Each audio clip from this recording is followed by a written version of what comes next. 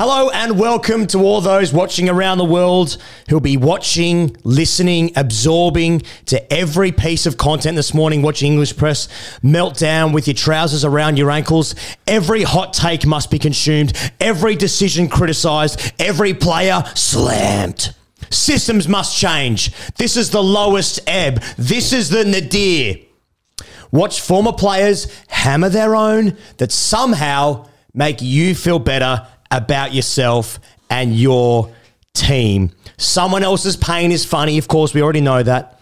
Serotonin rushes to your head like you've been sniffing glue of an English collapse. This is your prerogative. This is your right here on The Grey Cricketer.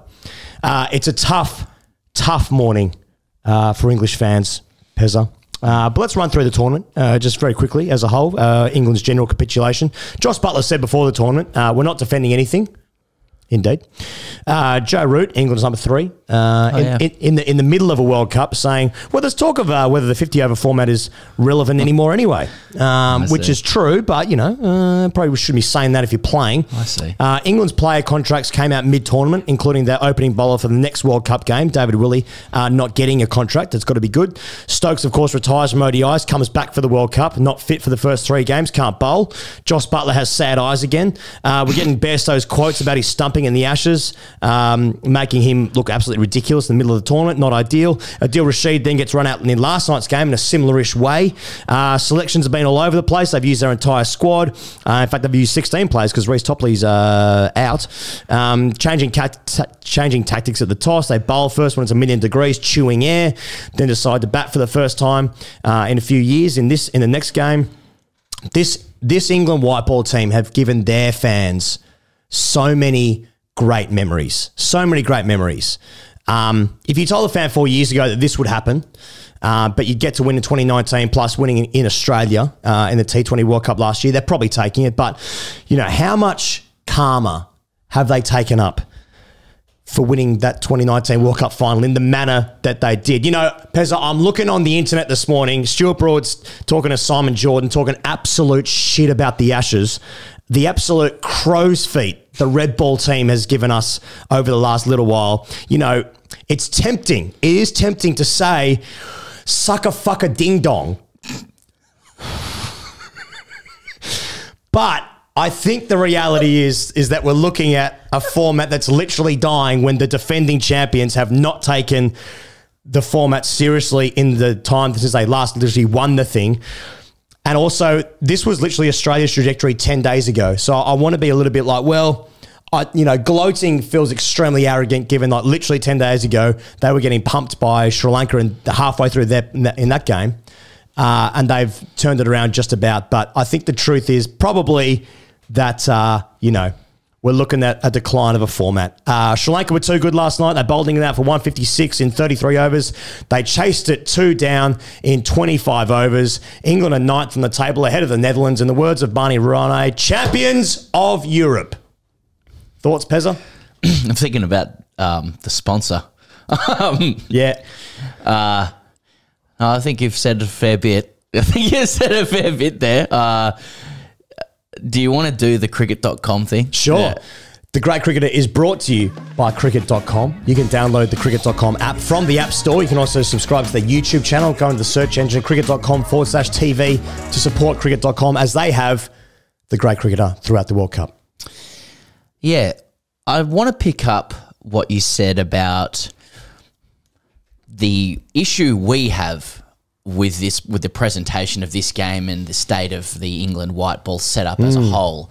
What does this mean for me? Because yes, on the one end of the spectrum, you have the sucker fucker ding dong issue. Right. Then you have what you actually think. Right, yeah. And sometimes they don't line up. And there are other things you have to weigh up with this. Like, everybody knows around the world that when your team loses, when one's team loses, you do not tune in to any content that purports to reflect on that game, right? Now, here at TGC, we have, through YouTube analytics, the access to insights as to who really does choose to tune out when their team loses. And, like a few statistics, like when 2 teams play and we cover it, those two teams, consumers from those two nations will be among the highest viewers because we're talking about their team. After India, Right. the two nations in question will probably be the next two, right? I'm very happy to say on this channel that the nation that chooses to tune in the least when they lose is England. Yes. Yes. We have often, 60 to 400,000 views of a video, depending on who's playing. Now, in Right. England's last loss to Afghanistan, was it? Or did they lose one in between? South Africa. Yeah.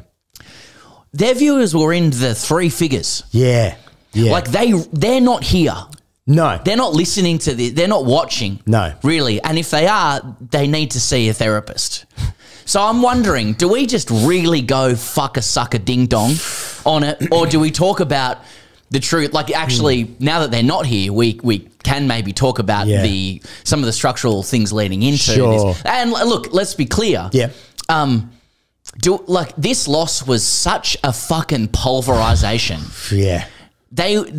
These coats were pulverized, and the display was as insipid as it comes. Let it wash over me, Pessa.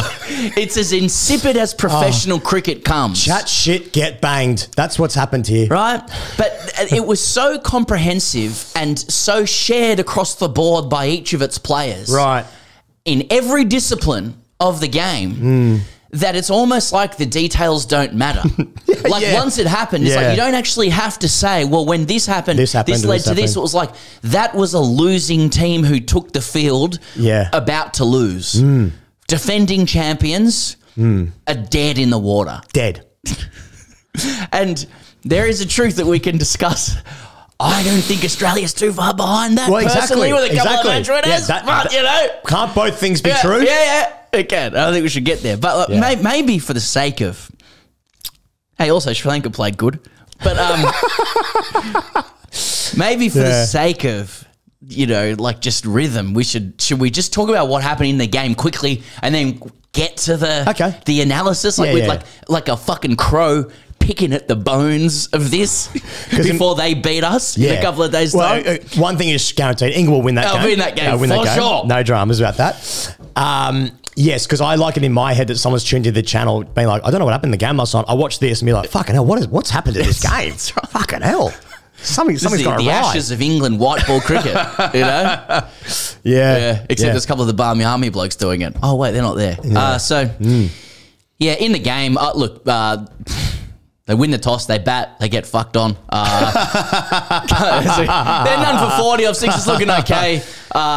Milan out, should never have been picked. Of course, Bairstow wants to be on the plane home. That's a dreadful shot. He was out first ball as well, not reviewed. Oh, all that kind of stuff. So he was out and hit it for 4 as well, didn't he? That was pretty good. Went there 2 or 3, down the ground.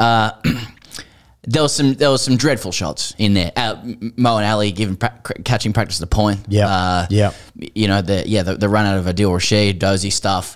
If that's Australia, that's an issue. Joe Root hits a half track to point, then runs. Runs is out. Yeah, all the dismiss. You can divine patterns out of these things once people start losing. And it's like it's chicken or egg. But you play in a cricket team, you're like, they know they're going to lose this game. They're done. They're cooked. Yeah. They're cooked. Even in the second innings, when Sri Lanka were 2 for 20 chasing 150, it still felt like, they got no belief that they can win this game. A couple of boundaries away. Get me out of here. 3 more weeks playing for pride. Fucking hell, man. I feel sorry for them because I feel like individually, great bunch of guys. I feel that, real life. Real life, but, walk and chew gum, as you say. Walk and chew gum. But at the same time, Rashid's going to run out like that. That's pretty funny. Again, you hate to see it. That's pretty. I hate to see it. I hate to see that. That's pretty funny though. And you know that you're going to get yours. It's coming. It has come, and it will come again. Yes. So you must, you must extract. You know how? Have you seen that Sri Lanka's now beaten England 5 times in a row? Yeah, World Cups? I saw that. How's that happened? And also now it's almost like Sri Lanka's a decent team. Then we should discuss that. No, I'm sorry. I'm sorry. There will be other times for that. Angelo Matthews, 73 years old and bowling 75 days an hour. Now, these guys should be playing county cricket because that's what the speed is in county cricket. That's a good point. They are used to that kind of pace. Anyway, yeah. All right. So that's the first innings done. And Nasalka and Samara Wickrama get it 2 down. Processional. Fuck, it was good batting, wasn't it? Yeah. Sri Lanka have actually, now not people have seen this, but they have batted very well in the tournament, except for they collapsed. They lost 9 for 50 against Australia after a start of 150 or something like that with the opening stand. But they also scored 350 against Pakistan, who then chased that record chase in World Cups at the time. So they have put scores on the board. And what you're seeing here is, I think, for the most part, teams that often play 50 over cricket are now competing with teams that don't really do it. Afghanistan, Netherlands, obviously knocking over South Africa. Sri Lanka obviously made the final of the Asia Cup before getting rolled for 50 in the final against India there. But it's almost like if you do the thing more, you get better at it. I don't know. It's a Malcolm Gladwell thing. What was his podcast again? Me Think It Amazing? Me Think It Amazing, yeah. Shout out to the patrons. When you saw the Rashid run out, it's his 10,000 hour rule. When you saw the Rashid run out, I didn't actually at the time think about the Bairstow thing or anything. Soon after I did, I suppose. But you didn't take to your phone or your laptop with fucking Dorito crumbs going up. Must make a quip about this. Yeah. Spirit of the game stuff. Yeah. It's just like, as I said at the top there, you run through the tournament for England, it's like, fucking hell, man, it has been such a bad tournament where one thing begats another. And, but yeah, is Australia much better? I don't know. Maxi did some stuff against the Dutch. A couple of guys put their hand up. Yeah. Australia tournaments, it feels like it's a thing, I guess. Sleepwalk away to a semi, see what happens. Someone wakes up. Doesn't Josh Butler's sad eyes make you feel sad? I feel depressed. when he's sad. First things first, Josh Butler, one of the best white ball players in the game. Love watching him as a cricketer. Maybe their best ever white ball player. Maybe. And then I saw him do that sledging thing against South Africa, wasn't it, at that time? Yeah, or whatever. So kind of giving him his dues. He's still got edge to him, you know? It didn't suit him though, did it? No. That ain't you, Joss. No. Yeah. Anyway, so that's the game. That's what happened in the game. The third thing I've got is... Yeah. And I'm borrowing from friend Barney Ronay. Yeah. Who, I'm paraphrasing, queried whether England's World Cup performance is the worst defense of any World Cup anywhere in any sport ever. Fucking hell, Barney. Fucking hell, Barney. I'm sure I've got to get it up. I mean, the thing is, we're gleeful, but at times like this, England media is fucking without parallel. Yes, that's for true. Their ability to skewer their own, and yes. it's a beautiful thing. Now they also raise themselves up. Some would say beyond. What is necessary? Yeah. They absolutely destroy their own. Yeah. He writes, "This must be in the conversation for most feeble World Cup defense ever in any sport.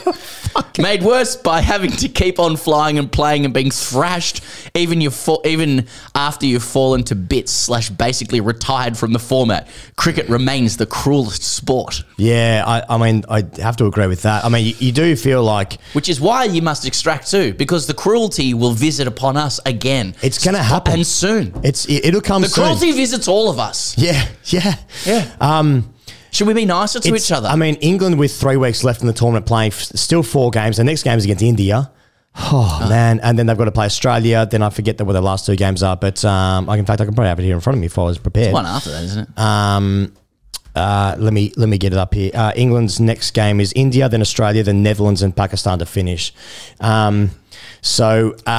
Yeah, I mean, and India generally, like I'd imagine it's a heavy place for a cricketer who obviously spend a lot of time there anyway. But like if you're not in it, you're fielding in a lot of games where it's probably going to be really hot. You're not into it. You're out of the tournament. 3 weeks left. It's fucking.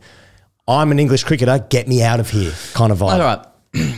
Well, let's answer the question: worst defense anywhere ever, any sport, any pursuit in life. Yeah. Right. In all seriousness, like, how and why did this happen with England? And I want to start by saying what everybody knows is that though there are many reasons, you can only choose one. You can only ever choose one. But there's only one why reason. This happened. Yeah. And you have to say it smugly and oversimplified. Why did this interesting, nuanced thing happen? Yeah. Well, it's because of this. Yeah. Cannot be a multitude or confluence of things with some luck thrown in and we know whatnot. that's wrong. We know that's wrong. Yes. So Is it their contract situation? Is it the tournament structure? Is it the 100? Are they too old? Did they have an early tea time? It's because they're up all night fucking. I think I want to say is for people who might be new to the game, younger audiences who may have just seen England dominate white ball cricket, like that was the aberration. So firstly, this era's over. It's done. England are washed. England will be very lucky to win a game in next year's T20 World Cup in America and the West Indies. They'll be very lucky to even get a win in any of those games. Yeah, they're washed. Era's done. Era's done. Fine. Yep. They're washed. Yeah. But like, you've got to remember, this is how England used to be. Yeah, like this, I understand this. Like England. this is safety to me. Basically, I'm at from school again. 94 through to 2016. Blink-182's got a new album out. Exactly. I'm feeling good. This is what I saw last night. I'm starting to feel the world's correcting itself again. That's a lot of other issues knocking about. Yeah. In the world, but at least this is like, I know these rhythms. I'm starting to feel. I actually rollerbladed into work today.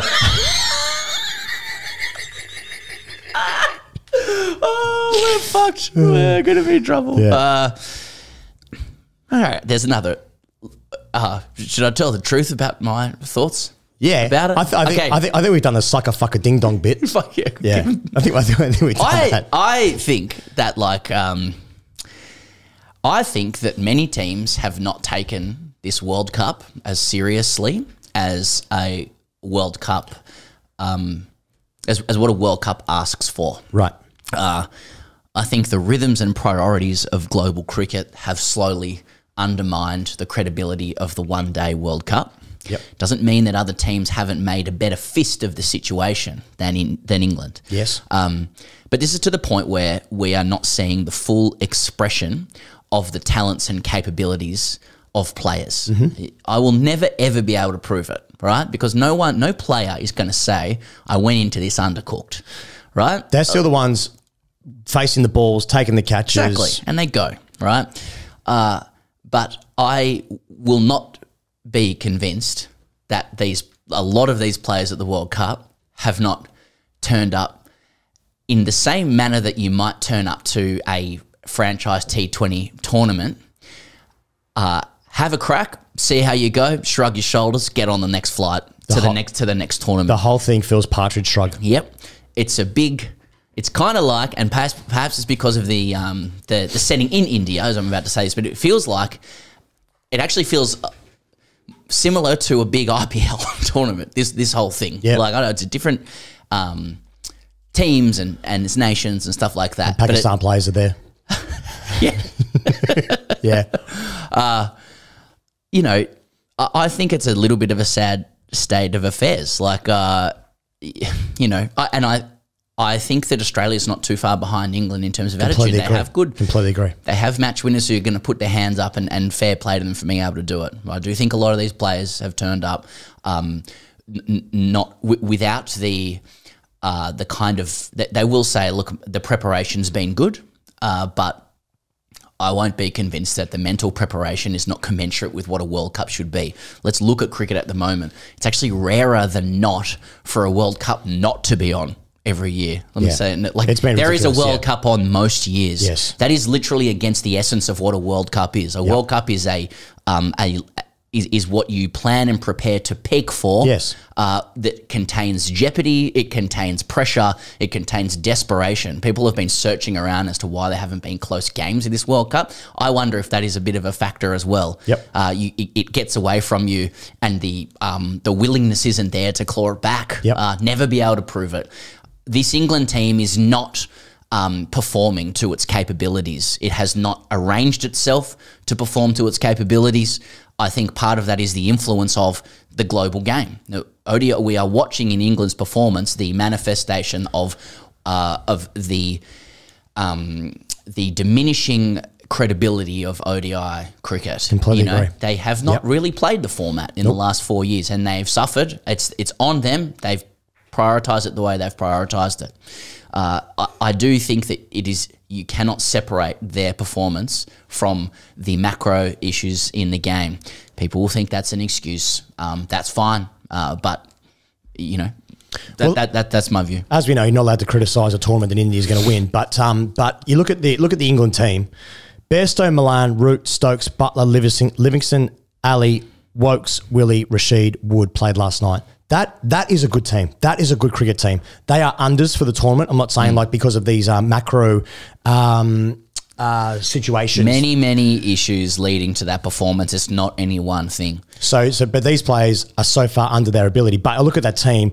That is a team that should not be ninth after 5 games that they've played so far. Australia's team of who's played so far, it's been Warner, Marsh, Smith, Labuschagne, Stoinis, Inglis, and then the bowlers are the bowlers.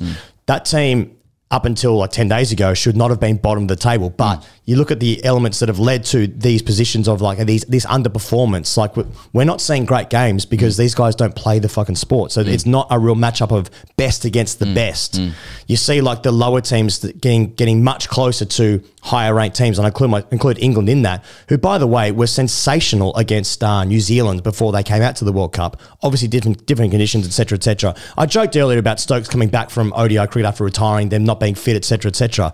He did hit 180, didn't he? He literally broke the record for England in ODI cricket in England beforehand. So, which I think speaks to home comforts, because a lot of people will be, yelling into their earphone, into their AirPods, or whatever the fuck they use. I don't give a fuck. Going, how does that explain India's exceptional performance? Because they operate in the same global structure. Completely right. All I can say is that, like, I think home comforts assist, as they have others who've won the World Cup before. In that circumstance, and they've prepared well. I mean, my point is that England and, I think other teams, and it may be shown down the track, have clearly arrived unprepared, probably mentally, because of everything else they've been doing to compete anywhere near their peak. The World Cup is where you play at your peak, and it is the realization of all of your planning. And people can fall over in World Cups, but I'm looking at teams like England, and I'm like, they've cobbled together what they could with the structures that they have, and they've just not been at the races. And I don't think that happens in isolation, so there is a mathematical chance that they also, can sorry, fucker sucker ding dong. Let's be real. So England can still finish on 10 points if they win all their remaining games. As I said earlier, India next, then Australia, then Netherlands and Pakistan. They can win all those games and finish on 10 points. That would, there's a whole circumstance where they can actually make it, but it involves me going through every single Even Mott said it's done. Yeah, Mott said it's done. Now Sri Lanka find themselves in 5th with 4 points. Tonight's game being Pakistan and South Africa is a real tasty one, given that if Pakistan win that, they would join Australia on 6 points. But depending on the win, they might jump ahead on net run rate. But it is getting to the pointy end. But for England and England fans, this tournament is now just going to drip towards the end. It's 3 more weeks left, plenty of games left, but I wouldn't want to be watching that if I was Australia, which was very nearly our experience when Sri Lanka were none for 150 or something in that game. So, we were talking about it yesterday, but there's something about Australia's arrogance coming into, or just our general, just a general attitude of Australian cricket being arrogant, obviously leading to other issues, but in tournaments like this, it does seem to drag itself to be just be better than everyone else. Just win the games you're supposed to. Just be slightly better than everyone else. And at the moment, they've nearly locked themselves into a semi-final despite having a very similar attitude to England. Yeah. Hashtag AskDJC. This is from Ram .A8923. Okay. Hashtag AskDJC is for you, he goes. Okay. Warner celebrated his century in Pushpa style and little bit of dance to Srivali song from Pushpa if Australia reached the semis. I want you two to dance for that same song for a little in your channel. So let's start to practice, boys, or pray for Australia to not reach the semis. And then there's 4 crying laugh emojis. So this question is, how did Dave Warner's 100 against the Netherlands and also against Pakistan, how does that affect India? And can we also talk about Dave Warner absolutely burning Glenn Maxwell on Twitter? Yeah, if you want to. I mean, well, Glenn Maxwell was asked by journalists, obviously, about what he thought about the light display in Delhi, where they basically turned the lights out. It's a whole fucking light show. Glenn Maxwell says, don't really like it, to be honest. I can't see the ball for about 10 minutes afterwards. I understand it's good for fans. I understand it's good for fans. Not for cricketers.